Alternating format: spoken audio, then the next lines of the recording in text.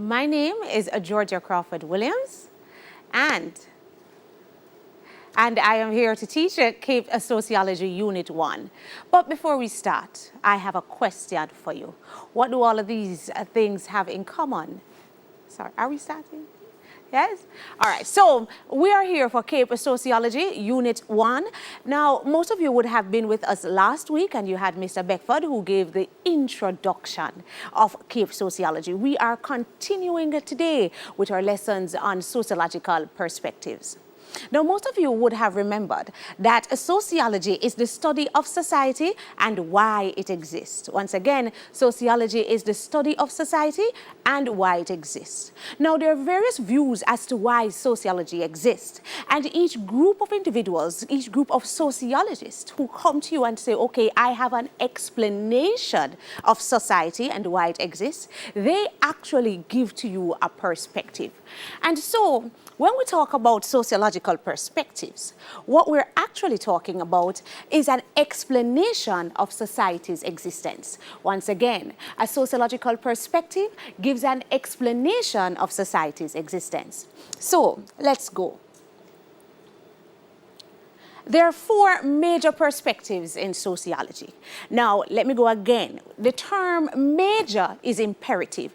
There are not four perspectives in sociology, but there are four major perspectives. As it relates to the Cape Sociology syllabus as well, there are four that we will concentrate on. Now, that is very, very, very important, because we have so many times that we get our multiple choice questions, and they will ask you how many perspectives exist. And the answer is that the perspectives are infinite. A myriad of perspectives exist. However, there are four major perspectives. And the major perspectives are as follows. We have functionalism.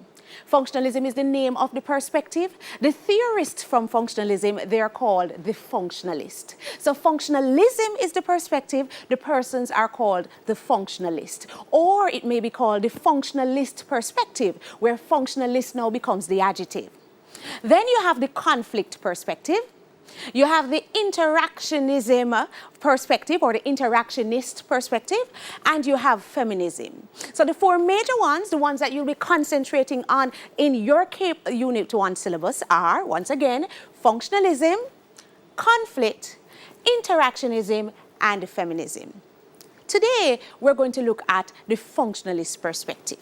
So, let us look at what functionalism is all about.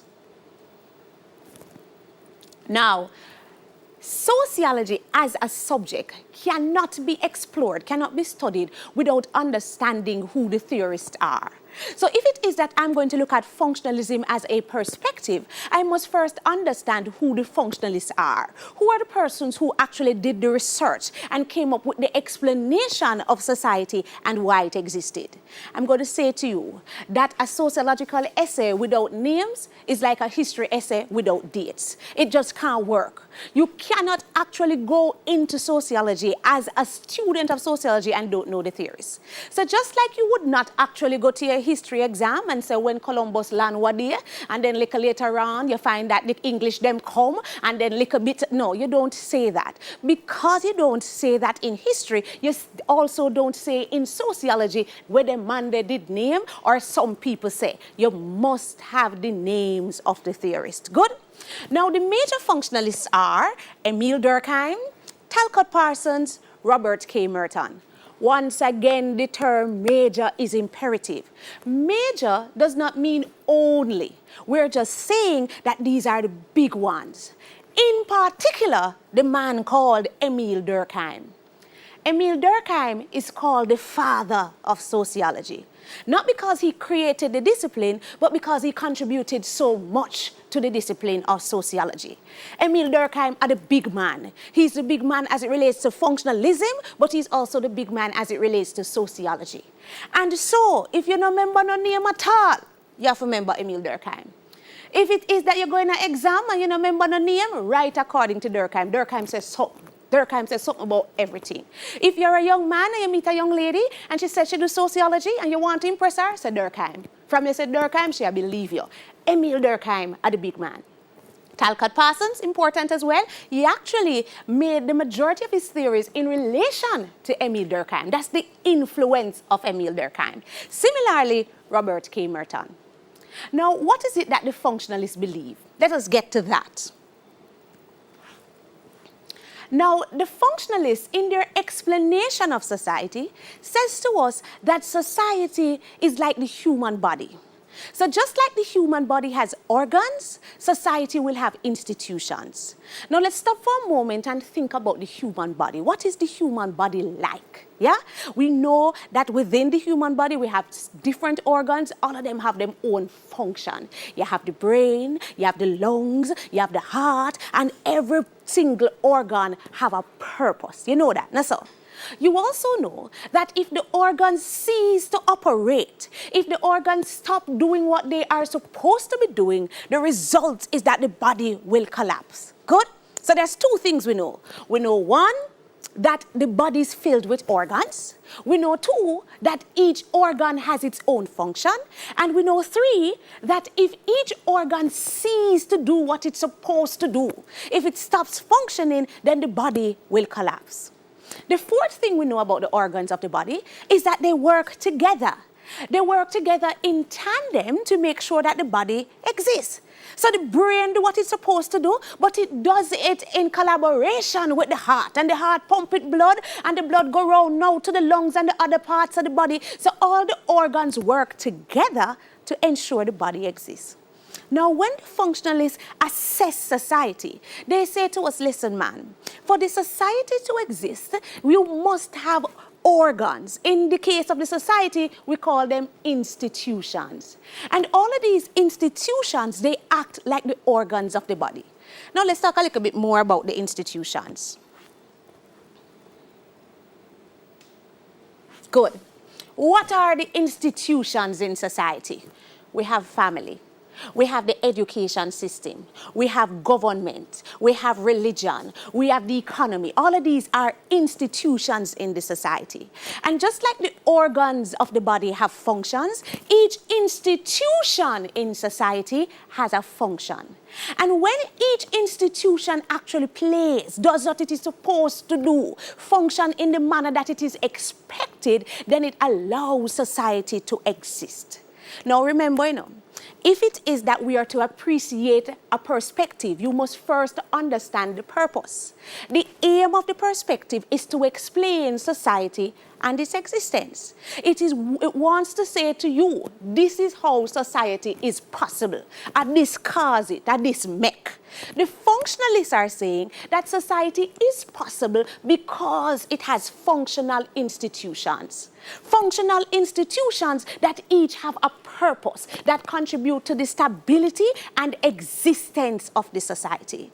The reason the society is here is because each of these institutions continue to do what it ought to do. Just like each of the organs in the body continue to do what it ought to do. For that reason, the functionalist perspective is called an organic theory. Durkheim themselves put forward an organic theory. It speaks to how each of these institutions act like organs, how they work together to make sure that the society, like the body, exists. Now, some key things you need to know, and we'll start going now into our jargons, yeah? When it is that you do sociology, you want to ensure that you know the jargon so you look bright. I say to my students all the time that whether you're bright or not is not my business. You can take that to the Lord in prayer. But you must convince me, say you're bright. You must try to show me that you have some knowledge. And to do that, you want to ensure that you use your jargons. The jargons are words that are specific to the discipline. That when it is that you use it, me know so you know what you're talking about. There are some jargons that the functionalists use. Let's look at some of the jargons that the functionalists use in their explanation of society. Right? Now, we already said to you that each institution contributes to the stability of society. They contribute to social order. Each institution contributes to the stability of society. It contributes to what? Social order. So once it is that you start talking about functionalism, not only must you know the term institutions, but you must also know social order. You must also know what? Social order. Now let me go back a moment for you. Well, let me go. Now, functional prerequisites. Functional prerequisites, that's another key jargon. I just gave you social order. I told you the importance of social order as it relates to the functionalists, yeah? It's a key term for them. Another key term is functional prerequisites. What is a prerequisite? When you hear the term prerequisite, what comes to mind? I'm giving you a minute to think about it, because we don't think again, we kind of have Google brains now. So anything we don't know, we just run, go search. Don't search this time. I'm saying take a moment to think about prerequisite. Think about it in the context that you've heard it before. Yeah? A prerequisite to do CAPE subjects is 5 CXCs. Yeah? So if you hear the term prerequisite used in that context, what do you think it means? Good? Now I'm hoping that you come up with answers such as necessities, yeah? Something that is needed. So a prerequisite is something that is needed. And a functional prerequisite is actually a necessity for society's survival. A functional prerequisite is a necessity for society's survival. I'm stopping for a moment because I want you to write it down. You need to write it down because these are key terms that, as I said before, make you look right. That when you're writing your exam, instead of saying things that society need, you say functional prerequisite and start say, yeah, 1 mark for the 1 year. Yeah? So you need to write these terms down.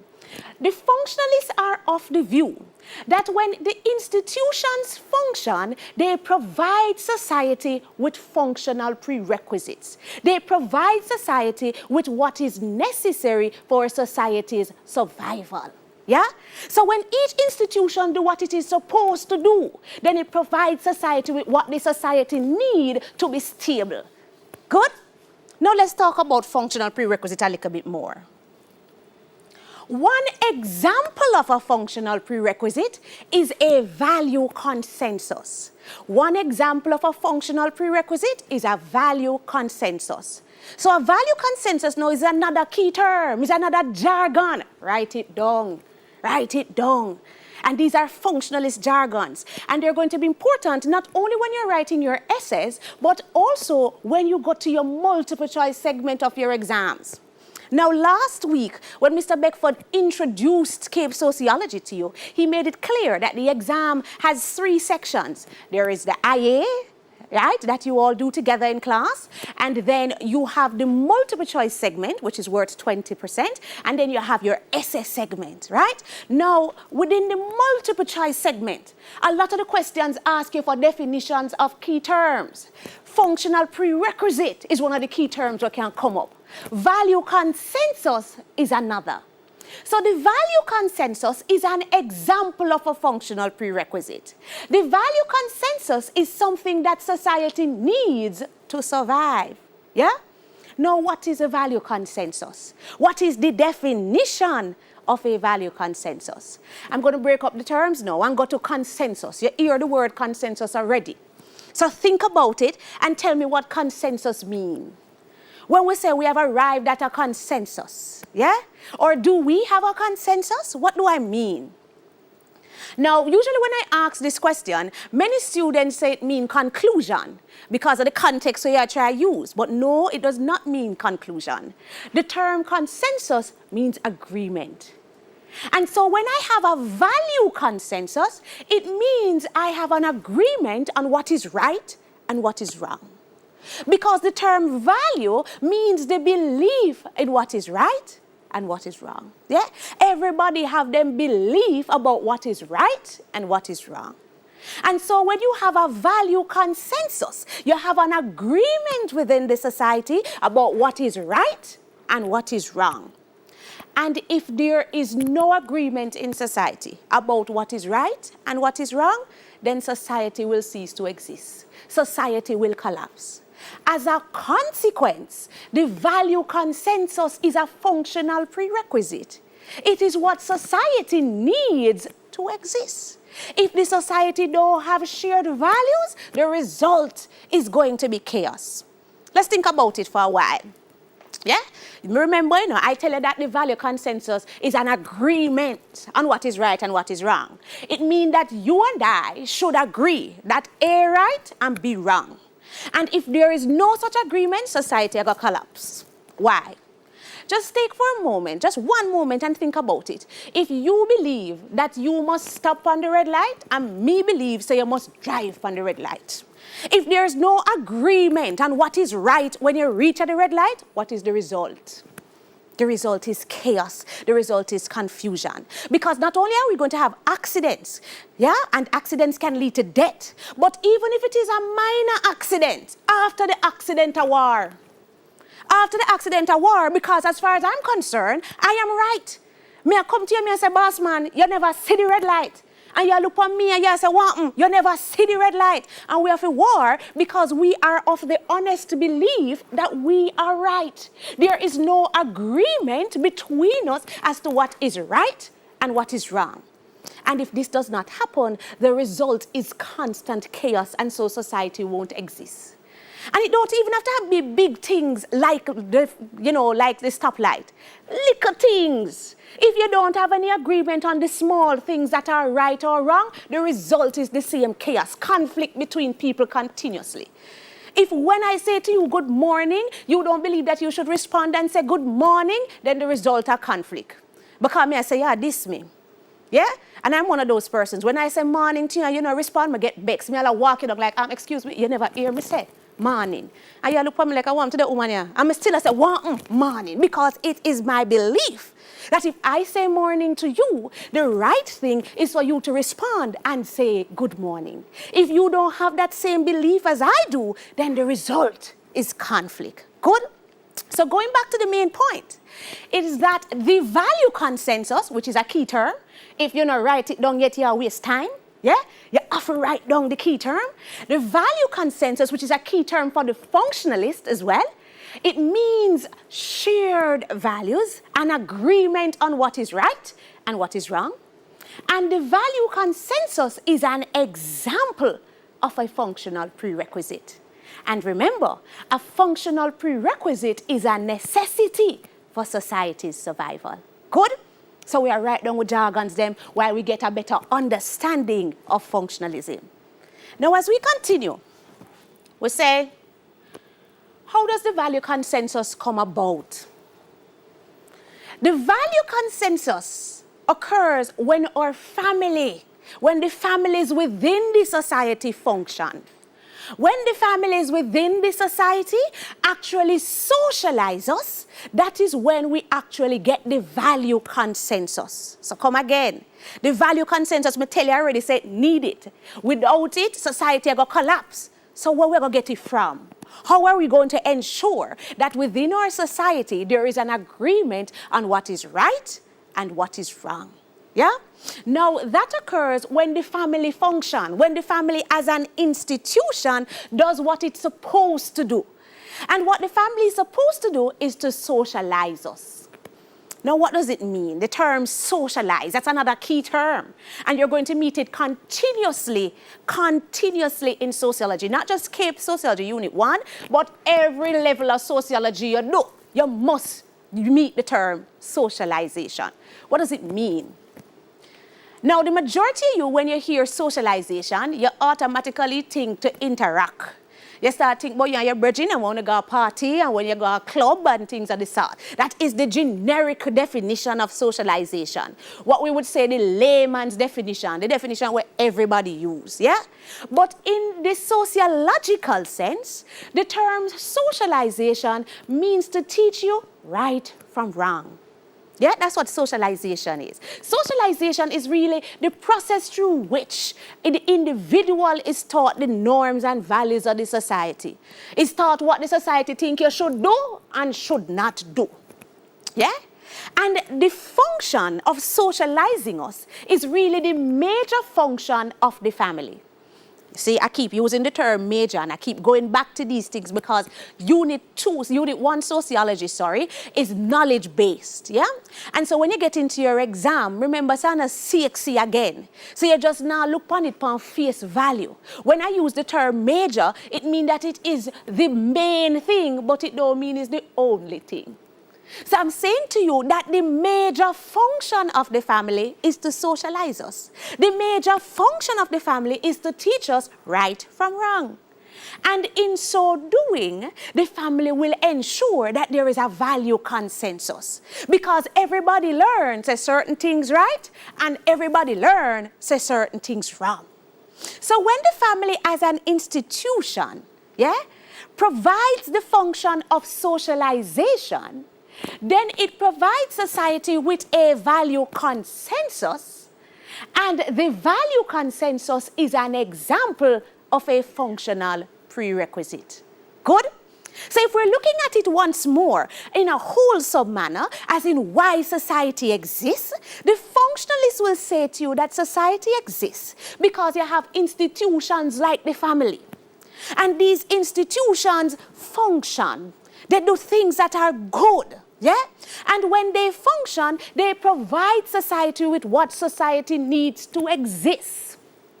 One example of this is that when the family socializes us, it provides society with a value consensus, an agreement on what is right and what is wrong. So because the majority of us here are Jamaicans, we learn the same things at home. We learn certain things right and certain things wrong. Yeah? And it's not only in terms of like saying morning and evening, etc. But even religion, we find that we have similar religions because we live in the same society. So we learn certain things must do. You learn, say you must pray, and when people don't pray, you know, say you must say amen. And when you hear people say God is good, all when you're not even like the person, you still say all the time. And the people them say and all the time, and automatically respond, and God is good. You never meet me yet, you know. You just see me on the bus the first time. And you just hear the person come in and say, God is good, and even if you don't want to answer loud, you say all the time. And if you hear somebody say, our Father, you say, who art in heaven. Yeah? Because you learn these things at home. And as a consequence, there is an agreement on what we should do and what we should not do. Without the family socializing us, without the family performing its function, the result is chaos. Good? All right, so we'll give you some key terms. I want you to always remember the key terms. Always remember the key terms. Now, what am I saying and making the point about the key terms? So when you're going to a multiple choice exam, then they're going to ask you. They're going to ask you for definitions of key terms. But not only that, they might ask you which perspective is the term value consensus connected. Now, if you don't know the term value consensus or you don't know functionalism, then you get it wrong. Yeah? And you can't afford to miss one, you know. You can't afford to miss one. Because we want to get the best grade possible. I tell people all the time that I am here about the learning that people should understand, but we must pass the exam. Yeah? We are prepared for the exam. That is the ultimate aim. So I want to have a better understanding of sociology, but I am not just doing it because I like it. I also want to pass the exam. And so you have to look at what the exam is asking for and make sure that you are prepared. And the exam is going to be asking you about the jargons. So make sure you know what value consensus is. Make sure you know the definition of it. Make sure you know the context in which it is used. Make sure you know which perspective use it as well. In this way, you start preparing for your exam from you start being introduced to the topic, from you start being introduced to the subject. Someone will start preparing for the exam when 1 month before the exam. That don't make sense. No, man, you start prepare by looking at the sort of questions and you start learning the information in that particular manner. Good? Now, another key thing. Without a value consensus, there would be anomy. Another key term. Now, this is one of them terms that will make you look brighter than normal. Yeah? Instead of saying chaos, say anomy. This is a term that was introduced by Durkheim. It means that there is no social order. But when you say it, you automatically sound bright. Yeah? So when you go talk about other topics, when we get in a crime, when we get in a religion, and you start talking about the absence, nobody say chaos again, say anomy. Anomy is another term for societal chaos. If there is no value consensus according to Durkheim, the result is anomy. Anomy means chaos. Good? So, here we go. So we're getting back into what it is that we are doing. We're talking about functionalism, and I'm a person I like to recap. I believe that at the end of a particular lesson, and I call you up and say, oh, tell me about functionalism, you should be able, in your own words, to explain what it says, you know, based on your understanding, without even reading it in the book. You should be able to say, all right, at this me get. Now, we have said to you that functionalism is one of the main perspectives. Who are the big man? Who are the big man for functionalism? You know, have to remember every name, but which name you must remember? The big man for functionalism is Emile Durkheim. Yeah? What do they compare society to? They compare society to the human body. They argue that just like the human body has organs, society has institutions. And therefore, society exists because all of these institutions perform them role, perform them function. Yeah? Now, when the institutions function, they provide society with what is called a functional prerequisite, a necessity for society's survival. So, for example, when the family functions, it socializes us, it teaches us right from wrong. And in so doing, it provides the necessity for survival, which is called a value consensus. You see me? So that is just an example of it. Good? Of a functional prerequisite, the value consensus and the institution functioning. Good? But when you do sociology, one of the things you are going to notice is that every single solitary perspective or theory is criticized. There is no absolute in sociology. There is nobody that is totally right, and nor is there anybody that is totally wrong. You, as a student of sociology, you should have the appreciation of all the theories and be able to criticize them as well. So even if you agree with what the functionalists say, and it makes sense that society actually exists like that, and this is a good explanation, you should be able to see where they fall short. The functionalists are criticized as being utopian. The functionalists are criticized as being utopian. Do you know what the term utopian means? Yeah? When you say it's a utopia, look on all the picture where me show. What it look like when you see utopia. When it is that it is a utopia or something is utopian, then it is perfect. The functionalists are criticized as being utopian because they have this perfect view of society.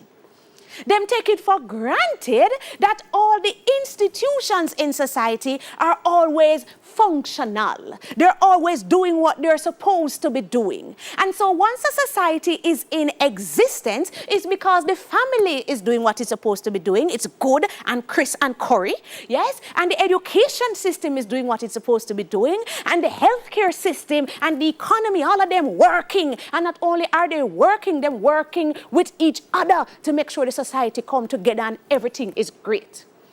The critics say mash down that lie. Nothing no go so. They say there are many societies that exist. And even though they are in existence, the institutions don't function. Them say if you look at the functionalists, when them talk about the family as a little perfect place, where you have the mother and the father come together and then teach the children right from wrong. So everybody have the agreement on what is right from wrong. Everybody have the value consensus. The functionalist family is called the cereal package family. And when we get to family as a topic, we'll discuss that. But cereal packet is what we in Jamaica would say cornflakes box. You ever see a cornflakes ad on TV? Oh, it's perfect? When you see cornflakes ad on TV, first of all, it start with the mother, and the mother just get up, and she pretty in the kitchen, and she a cook. Da-da-dee, da-da-da, our face nice, our ear nice, our clothes ready, da-da-dee, da-da, and she just appear cook over the hot stove. She just loved her life, tam-tam. And then you see her husband run, come down, and him say, honey, yeah? And she give him a kiss, mwah, mwah, and him sit on the table, let him get him food. And then you see them perfect picnic come down, one boy, one girl, and them have on them clothes already, and them good, and them come and them get them cereal, and them just eat it, and them just look perfect. Thank you, Mom. This is so great. And then you see the dog come in. Oh, Lord, it have a dog. And it's always a nice, fluffy dog, and never one mongrel dog with some ticks. No, it's a nice dog running in a slow motion. I saw cornflakes and look perfect. But the reality is that many families are not like that. I can tell that my family is never like that in the morning. I have 3 children. Yeah? And my dog, first of all, my dog is an idiot. That's the worst dog in the world. He just a bark for nothing at all. Nothing. No matter how you tell the dog for tapping nice, the dog not tapping nice. Yeah? I am very miserable in the morning, and everything when me a cook spoil. My husband ever ready, and we not ready. Like, yo, me are ready, I am leaving. So anybody don't ready, just go, I am leaving. My pitney, them never ready yet neither. Me reach out of school, and my pitney never on no shoes. Me I say, what happened? You know, go, like me no know what to do. Oh, you could have come out without it. She go tell me, say she did take one foot and she left the next. So the perfection that the functionalists talk about don't exist. But not only is that so, the functionalists take it for granted that the parents will always know right from wrong, and so they will always be able to teach their children right from wrong. The critics say that's not true. There are many parents who don't know right from wrong themselves, and so them can't teach them children right from wrong, and so there's no value consensus being provided. You have to mash down that lie, yeah? And then there are some wonderful parents out there trying to teach right from wrong, and then you have some pickney that no matter what the parents do, them that never take a lesson. Right now, I say to you, some of the things them what uno do, if uno mother ever hear them drop down. If them looking on a message from her last night where you send 11:30, she collapse. Right there, so she collapse. I remember she had teacher right from wrong from early, I always give an example of a little girl that I met in courts long ago. Long time. She must be a big picnic now. But at the time, she was a little girl, and she was a pretty little girl. And you know, when you have pretty picnic, everybody make much of them, and you try to talk to them, hi, pretty girl, and that kind of thing. So I'm sitting in courts, and the little girl passed, and she stepped on my toe. And when she stepped on my toe, I said, come here, pretty girl, what you must say? And she turned around and she just gave me a smile and she said, good. Now when she said so, me shaking up me, I said, what? But before I could even respond, the poor mother grabbed her like she just said, Déjeuner, why you not behaving, Déjeuner? Now it means that the mother has been trying to teach her right from wrong. But the child just decide to do what she want to do. The functionalists don't see that. They take it for granted that as an institution, the family will always function. But it's not only the family. They take it for granted that all the institutions function. They take it for granted that once you take step in school, the education system is going to function. That every teacher is going to be there to teach you and like you, and you are going to be there to learn. The sad reality is that that is not the case, not only in Jamaica, but across the world.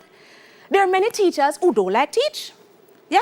There are many schools that don't teach in the manner that you expect. Then you don't have many picnic what come to school and them have no intention to learn. That's not what you come to school for. As a matter of fact, you come only because you get your lunch money. Right now you can't wait for school open because you want your lunch money. Or you come because you want to talk to your friend them, and you have one girl where you need to check, or you know your ear need for do, and the girl they're always in the bathroom and do ear, and that's why you go. But the functionalists don't look at the fact that many of the institutions don't function. They take it for granted that healthcare always function. That the healthcare system is there and the doctors are going to look after you and everybody are going to get better, or if they can't, it's because of what God intends, but it's never because the system don't function. But that's not true. As you get to Unit 2 and we study healthcare, you'll find that the statistics show that in the United States, the healthcare system kills more people than it cures. Yeah? Many people say that about Jamaica as well. And I'm saying many people say that because there's no evidence. And if there's no evidence, you can't use it as examples. There's no evidence. But there are people who believe that the healthcare system does not provide the standard of health that you need. Yeah? Jamaicans will tell you right now that we have some problem with the healthcare system. That you got a doctor and you can't actually go in and go see a doctor because we have shortage or you're not on a bed. That means the healthcare system is not functioning in the way it should. Them say you go to a certain hospital and from you go, you're dead. That's what Jamaican people say, now that's not necessarily true. Yeah? We got not only that, the people, doctor them give the medicine, you don't trust the doctor. Doctor give this, but you don't know him, I say, yeah, I'm going to drink some tea. And so the healthcare system can't operate the way it should. And so the functionalists are criticized as being utopian. They're saying that the functionalist perspective does not give a proper explanation of society's existence because they don't see that all the institutions don't always function. They don't see that the society can exist without these perfect institutions doing all the things that they need to do. And so people believe that functionalism is not a proper explanation of society's existence. People believe that Durkheim might be a big man and him do some good research and so forth, but we not think him right. And that is fine. Remember, I said to you, in sociology, there's no absolute. It is one of the things that I love and appreciate about the subject. The fact that it forces you to think. The critical thinking element of sociology is one of my favorite parts because you should be able to say, all right, functionalism good in this way, whereas functionalism not good in this way. And it is because there is no absolute why you have other perspectives that have evolved, that have given alternate explanations of why society exists. Are you with me? Yeah? Now the key things that we need to remember. The key things that we need to remember. And I'm going to go from the beginning. Now, remember I said to you earlier that you all have an understanding of what sociology is from Dr. Beckford. From last week, Dr. Beckford started. He said to you that sociology is the study of society and why it exists. And therefore, a sociological perspective must be explaining why society exists. Then, I said there are 4 major perspectives, and we gave them. The one that we looked at was functionalism. The big man was Emile Durkheim. And he compared society to the human body. He explained that just like the human body has organs, society has institutions. And so society exists because all of these institutions work together to ensure society's existence. The key terms that you should remember, functional prerequisites. Key term that you should remember, value consensus. Key term that you should remember, socialization. Key term you should remember, institutions. Key term, anomy. If you don't have nothing, write down them terms there, because even when I'm not here, once you have them, you can go back and you can do a quick search and you can know what they are. Yeah? And then the major criticism of the functionalist explanation of society's existence, the major criticism of the functionalist perspective is that it's utopian. It has this perfect view of society. It takes it for granted that nothing no wrong, there is no conflict, and every institution a function. And that is why the conflict perspective was introduced. And we'll look at it next week. So, yeah. We have come to the end of the session, and I dare say the end of another week. We can now officially say, thank God it's Friday. But even though the school week is done, the learning doesn't stop. Try to get a bit of review in on the weekend so that you won't be behind when we continue into next week with all new lessons in the same subjects presented this week. Which means we start again on Monday with CSEC Biology and the Social Studies and the Cape Chemistry.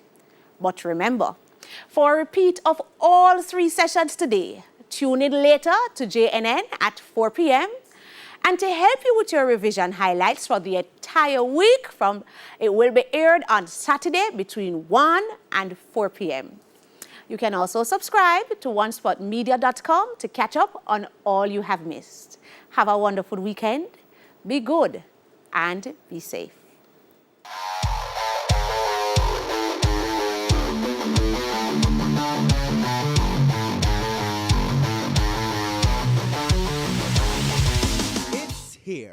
Interactive classes for all ages on the School Time channel on onespotmedia.com.